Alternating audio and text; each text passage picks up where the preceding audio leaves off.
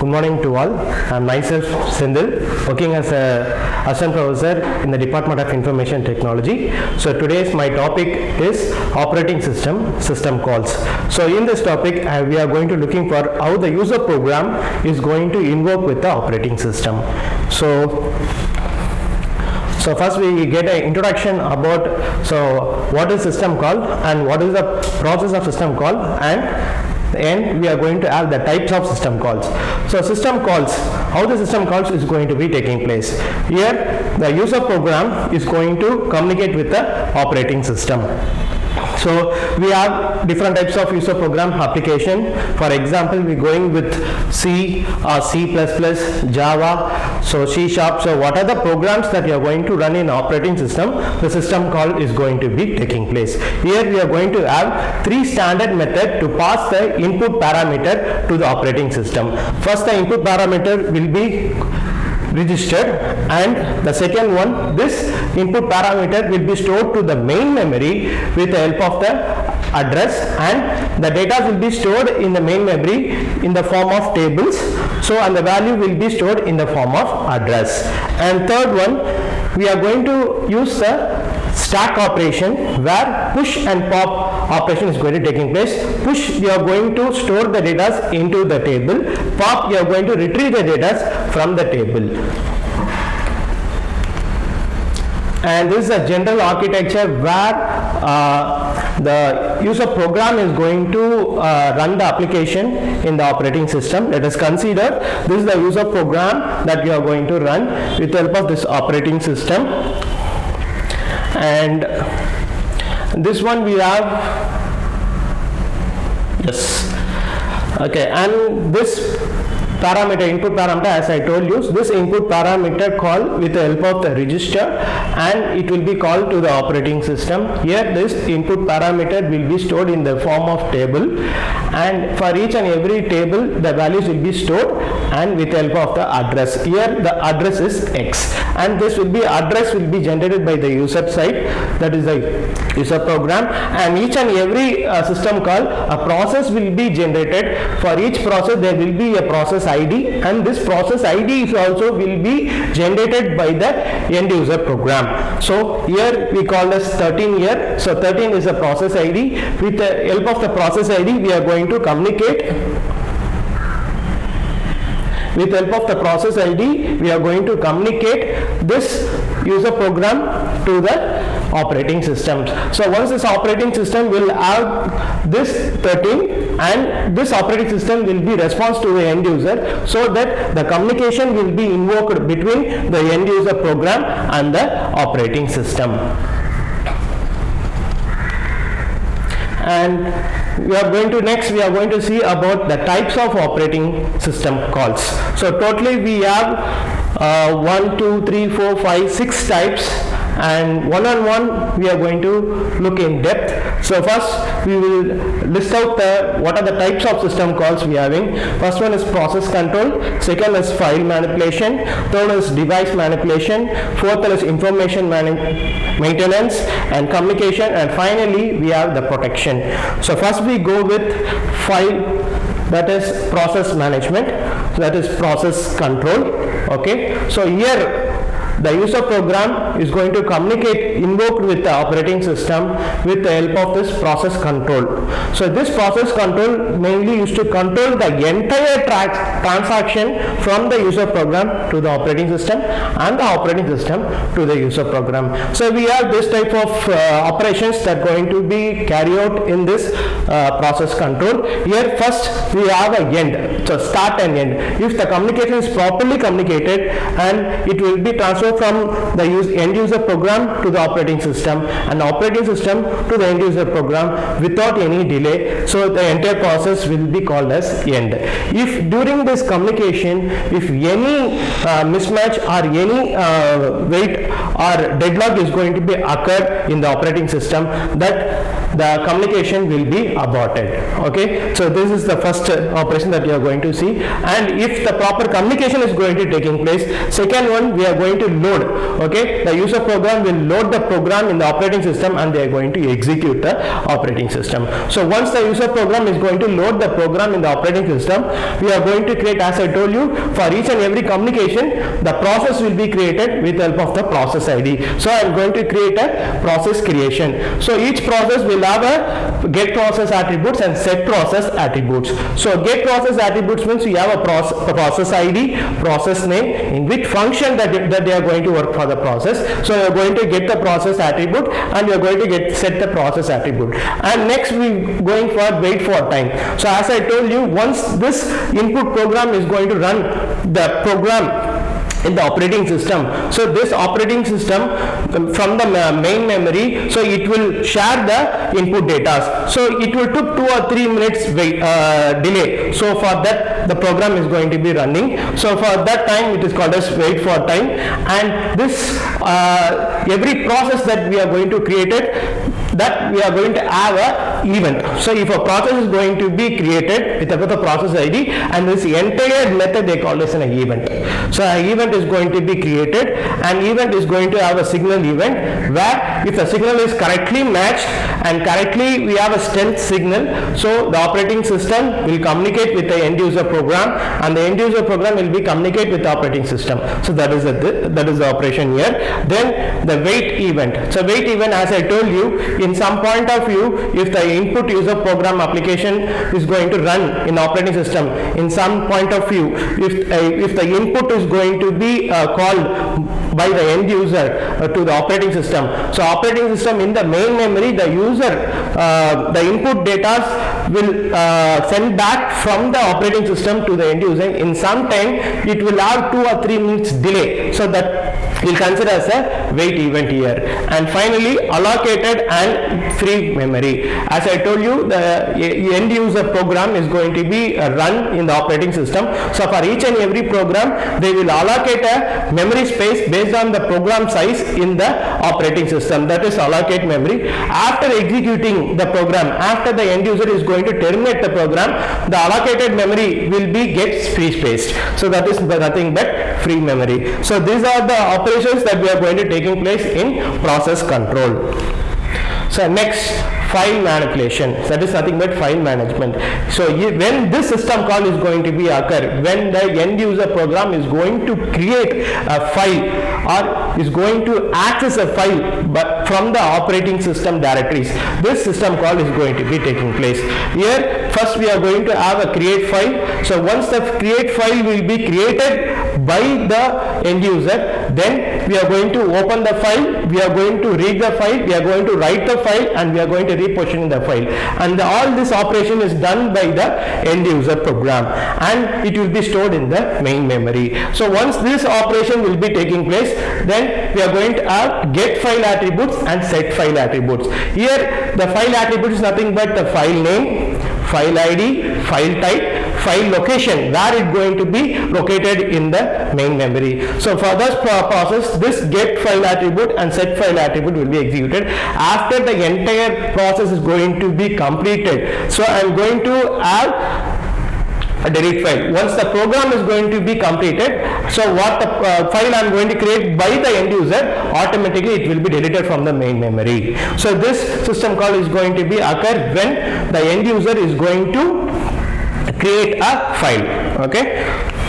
The third type is nothing but device manipulation.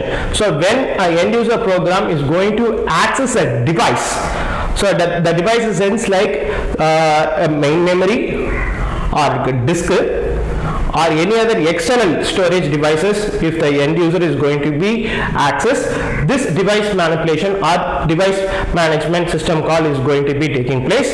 Here first we are going to give a request device to the end user from the end user. Okay, then this device will be accessed by the end user from the operating system. So this is the entire operation that we are going to see, where first we are going to give a request device by the end user, and if the device is applicable and easily available in the operating system, we are going to read write repositioning. Okay, the same operation where we are going to see in the file operating system.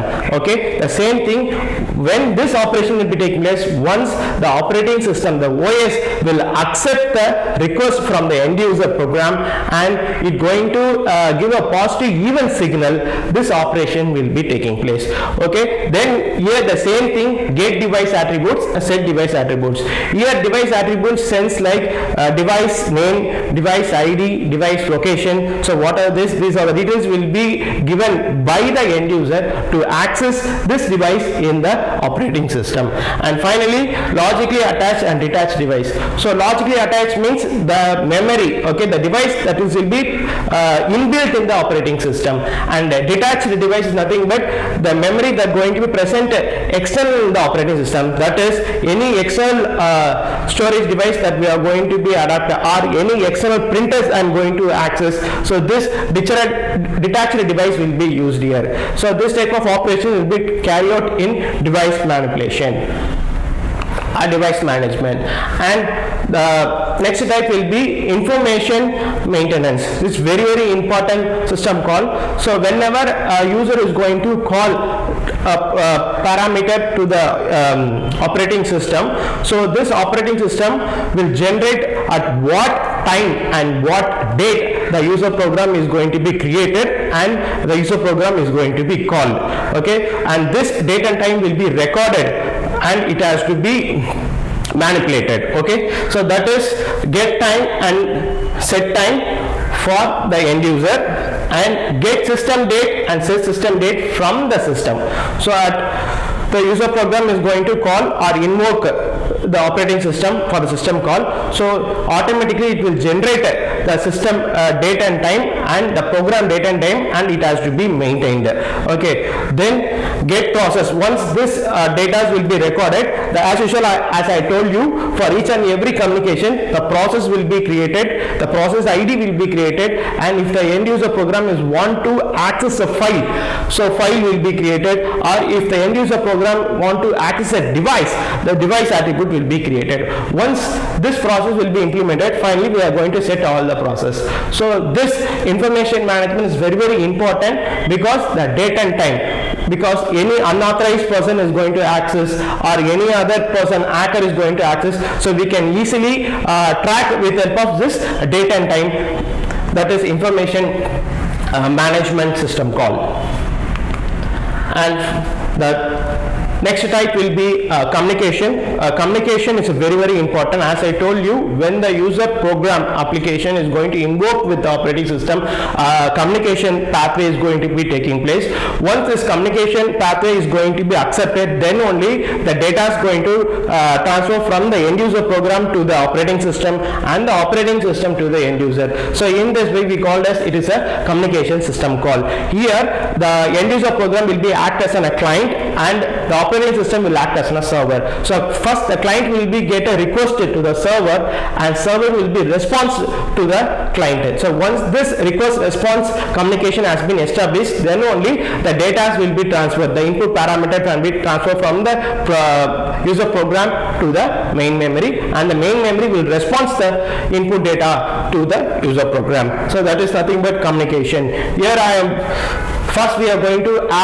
going to create a communication. So after communication cycle has been binded or created, then we can send a message from the end user program to the operating system, and we can receive the message, and we can transfer the informations, and finally we can attach or detach remote devices. If the user program is want to access an attached device in the operating system, or if the user program want to communicate with a detached device in the operating system. So all this operation will be taking place with the help of this communication calls.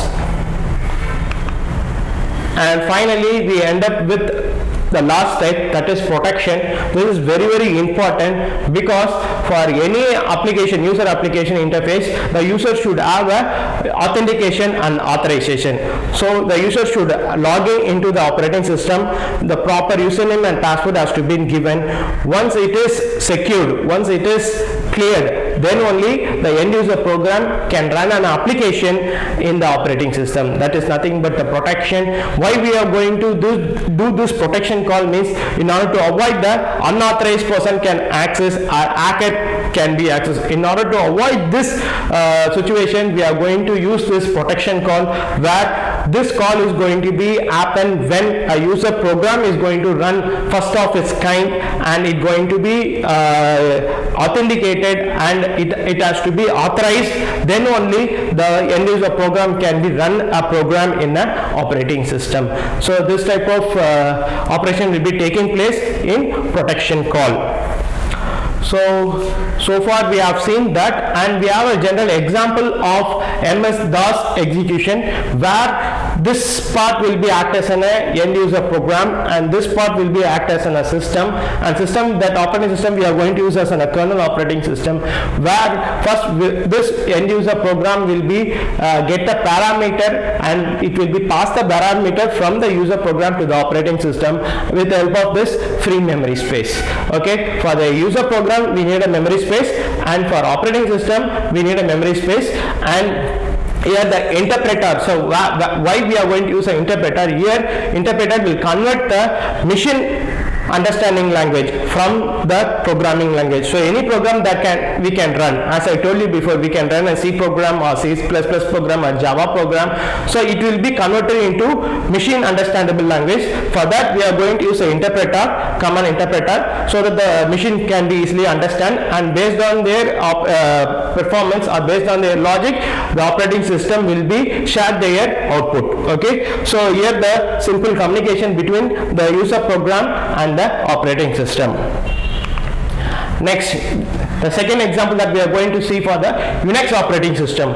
So what is the major difference between a normal operating system and the Unix operating system? In Unix operating system, in a single instant of time, multiple processor, multiple program you can be run in a single OS. Okay, so that is nothing but we have seen process B, process C, and process D. So these three processes will be created with three different ID, and each and every process will have a program to be run, and it will be run in a kernel operating system, where each kernel will be executed exactly where it is going to be located in the particular position.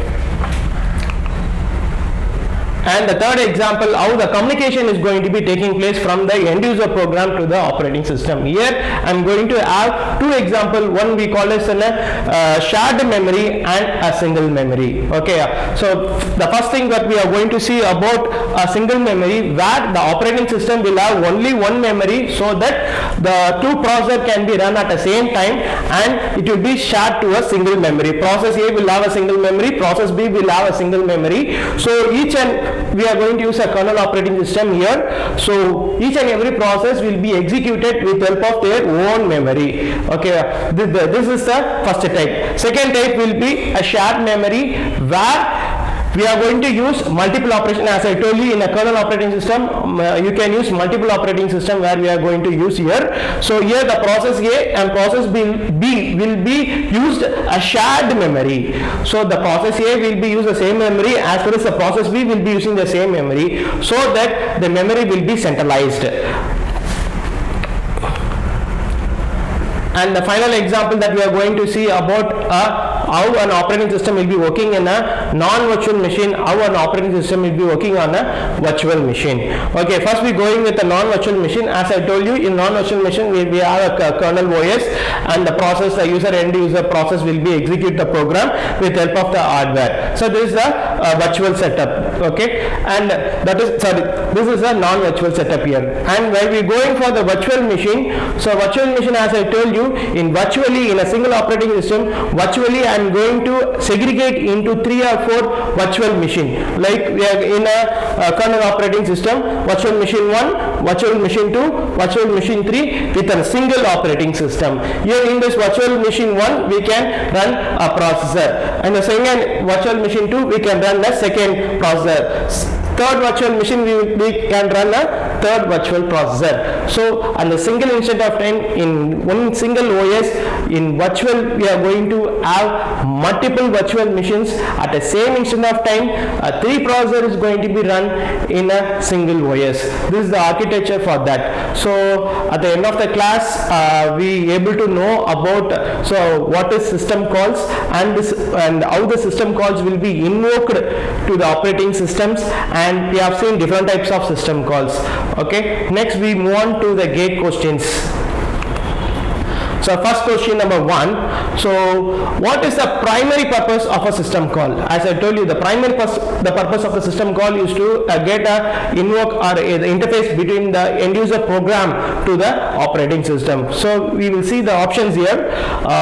To manage hardware and resource directly, to provide an interface between a process and the operating system, to execute user level program, and to handle low level operating system. Here the exact answer is, as you all know, to provide an interface between a process and the operating system. A process sense the end user processor and the operating system. This is the correct definition for a system call. Here the correct answer is B. Second question, which of the following is an example of system call? So which of the following, so we have different types of method and we have seen different types of system calls here. So we will check one by one. So as you all know, printf and scanf statements is nothing but a function that you are going to use in the C program or C++. Here the second option will be open. So as I told you, for any file access or any device access, the system will be called with the help of this open function. With the help of the open only, you can open a file, you can read a file, you can write a file. The same, right? If you are going to access a device, first you have to open the device, and this is the main operation method that going to use in the system call. Here, this question 2, the answer will be option B, open. Third question, what happens when a process make a system call? So when a process is going to make a system call, so what is the basic operation that I am going to explain before itself. So we will check out the options here. The CPU switch to the user mode, the CPU switch to the kernel mode, the processor continues execution in user mode, the operating system is terminated. So here the operating system is terminated is not a right answer, and the process continue executed to the user mode, it is not a right answer, because the user mode will be converted into the kernel mode, because in a kernel operating system only we can able to run parallelly, so multiple process can be executed parallelly, so that the user mode will be converted into the kernel mode operating system. So here we will check the first one, the CPU switches to the user mode. This is also a wrong answer. The correct answer will be the CPU switch to the kernel mode. As I told you before, in the kernel mode we are going to do lot of operations there, so the option B will be the correct one. So question number 4, which system call is used to create a new processor? So which system call is going to create a new processor? As I told you, exe, you are going to execute a program, wait, so the program should be wait until the operating system should respond, and exit. If the user is want to exit the program, you can use the exit. So what the question they are going to ask, which system call is used to create? I am going to create a new processor. So this option A, option C and option D are the wrong one. The only option is option B, that is the fork operation. The fork operation is nothing but, in other name we call it a fork method, where this method going to use to create a new processor in the system call.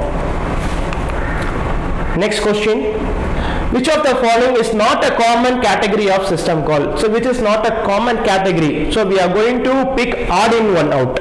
Okay, so first we are going to see what are the options here.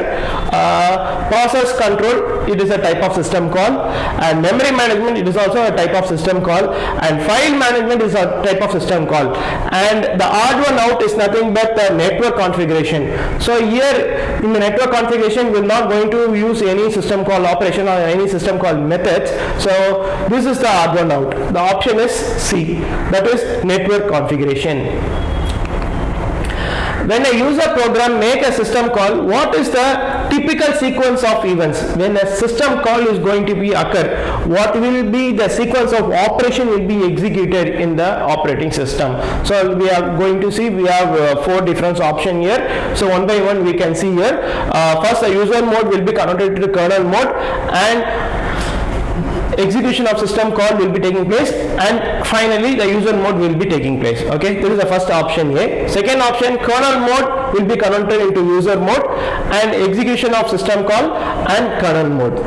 Third option is user mode will be converted into execution of system call and the kernel mode and user mode. Fourth option is kernel mode will be converted into execution of system call, user mode and kernel mode. So actually the sequence of operation will be, first the user is going to run the program. So once this user is going to run the program, the user mode will be converted into the kernel mode, and after the kernel mode will be converted, the execution of operation will be taking place from the operating system, and finally it will convert into the user mode. Here the option A is the correct answer. Here the user mode first will be converted into the kernel mode, and in the kernel mode only we can run the multiple operation at the same time, and we are going to execution the system call, and finally after the system call is going to completed, this kernel mode again it will be converted into user mode. Okay, the option A is the correct one.